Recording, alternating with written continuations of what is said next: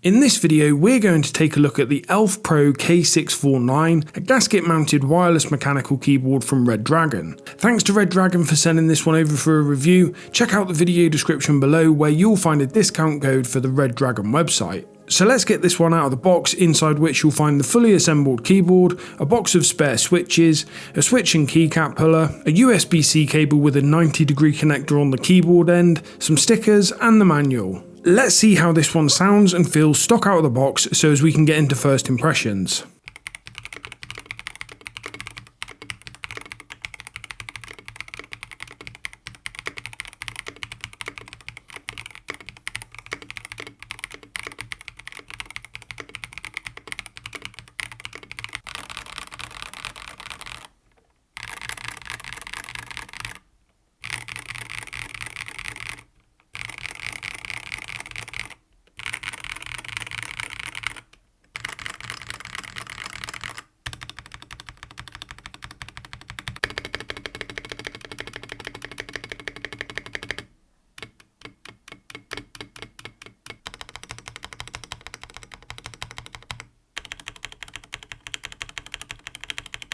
That's a really nice stock typing test. I'll give it an 8 out of 10 on the stock out of the box typing sound and feel, as it's nicely dampened, you get that softer gasket feel, and the switches are good stock, most likely with a light factory lube job. These transparent keyboards tend to have this poppy sound profile which I really like. The only thing letting it down is the spacebar rattle, which is why I've dropped the rating to an 8, otherwise it would have been a perfect 10 at this price point. Looking around the keyboard, you can see it's the popular 75% layout with 82 keys and no knob. I'm a bit over knobs and I don't really use them, so this suits me. I really like the look of these transparent keyboards, with this one being the black version in the smoky colorway, with clear also available as the white version. While very nice looking, I must warn you that these cases are the worst out there in terms of collecting dust and fingerprints. You'd need to be in a hospital clean room to keep it clean for more than a couple of minutes. Redragon aren't great at listing in-depth specification and materials on the website, but these transparent keyboard cases tend to be polycarbonate, as do the transparent keycaps. I'm not sure what profile the keycaps are, I would say OEM, but they will be one of the taller profiles as the keyboard is north facing. I really like this yellow on brown colorway you see often with these smoky keyboards and keycaps, and they've carried on the theme with this really nice Redragon logo on the left side,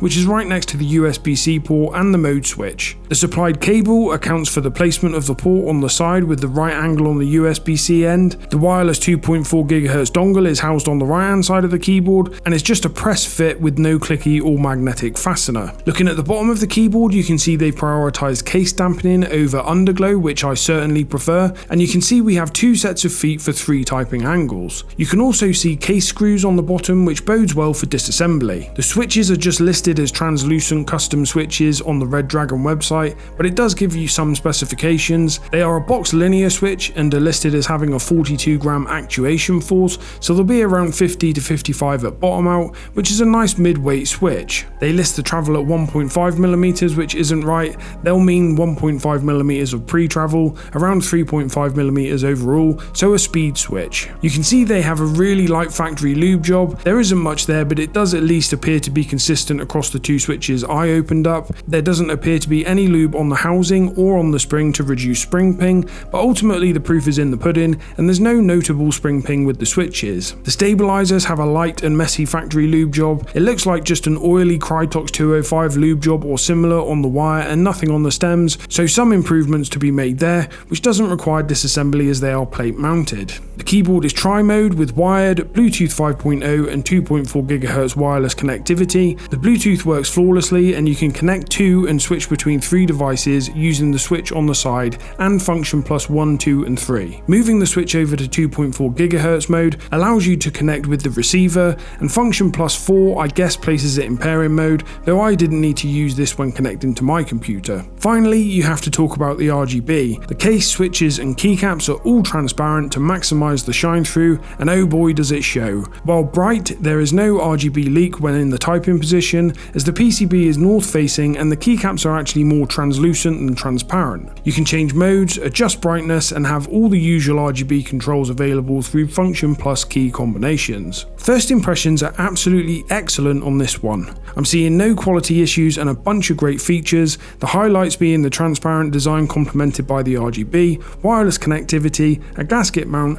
and a solid stock typing test. The real kicker with all those specifications in mind is that this keyboard costs just $80. At $80, this blows the transparent keyboard competition out of the water based on the ones that I've tested. It's far superior to the Womia G75 in terms of quality, a keyboard which is $100 on MetKeys as a tri-mode keyboard, and it's very close in terms of quality to the EPO Maker B67 First Blood, which is a $180 keyboard. I'm giving this one a 9.5 out of 10 in terms of the stock out of the box first impressions, as it's just exceptional quality and value for the money, losing the 0.5 only because of that rattly stabilizer. Now the only reason to want to take this apart would be to remove dampening or add a tape mod, neither of which do I see the need to do. The only thing I would do is lube the stabilizers to get rid of the rattle on the spacebar, and you don't need to disassemble to do that. That said, I'll take it apart to see how easy it is and to take a look inside. I took out the stabilizers first to show you that you can do this with the keyboard together, and because I'll be hand lubing those.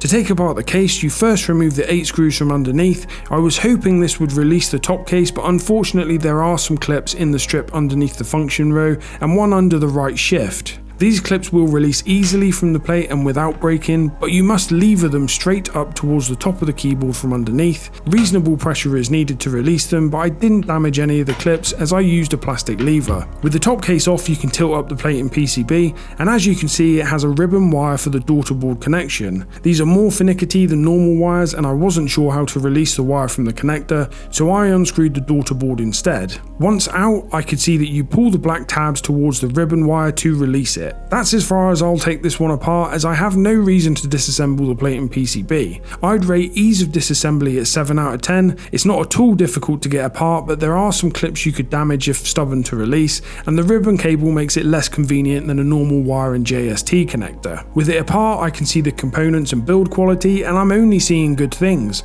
Some highlights are the dampening. It's got a nice silicone dampening pad in the bottom which you could remove to let out some RGB underglow if you wanted, but I'm leaving it where it is.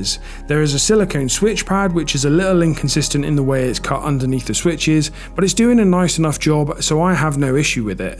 Then we have a foam plate dampening pad as well, so we've got the full set. It's got a plastic plate of some kind, I would say polycarbonate or POM, which is nice. This helps a bit with flex and is much better suited to this keyboard in terms of the sound and feel than a metal plate would be. The gaskets are on the plate and land on ribbed sections in the bottom case. They are quite dense rubber without much give, but there is flex in the plate as I said just now, so I'm okay with it. Not a plush gasket by any means, but it does the job on the alphas. The battery is stuck to the underside of the PCB, which I don't usually like. I don't see the point in risking changing the sound profile where it's stuck on, but that said, I can't find where it is by just typing and listening for sound changes, so I don't really have a problem with that either. I have to say, for $80, this is crazy good on the inside. It's a 10 out of 10 from me on the build structure and quality. Now it's time to get this back together. The only work I'm doing is a lube job on the stabilizers. They don't need clipping, so I'm just lubing the outside of the stem and inside of the housing with Krytox 205 grade 0 and lubing the wires with dielectric grease. To reassemble, you just connect the daughter board ribbon back into the PCB. This was awkward again, so I removed the daughter board to make sure it was connected properly. Then you land the plate and PCB back in the case and install the top case, ensuring those 4 clips are re-engaged. Flip it over and reinstall the case screws, and that's the keyboard back together. Not much has changed, but here's the typing test to hear the stabilizers after hand lubing.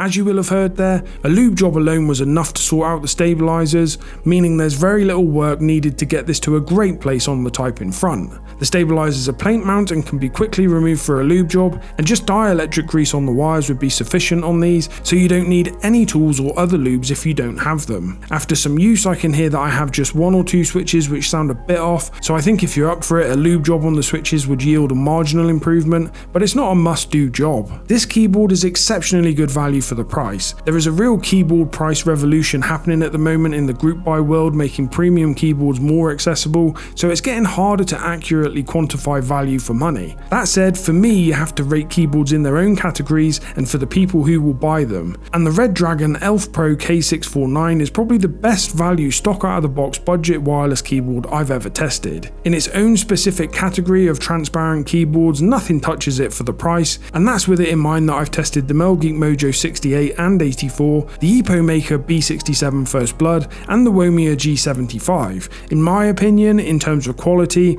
it's better than the Womia, with the Womia costing $20 more, and it's close to the Epomaker B67 First Blood, with the First Blood costing $100 more. The Melgeek is for sure nicer quality, but it should be for $220. My overall rating on this one is a rock solid 9.5 out of 10, only losing the 0.5 because of the rattly spacebar. This is an exceptional keyboard for the price, and I can't recommend it highly enough. And that's it. Thanks a lot for watching, and I'll catch you in the next one.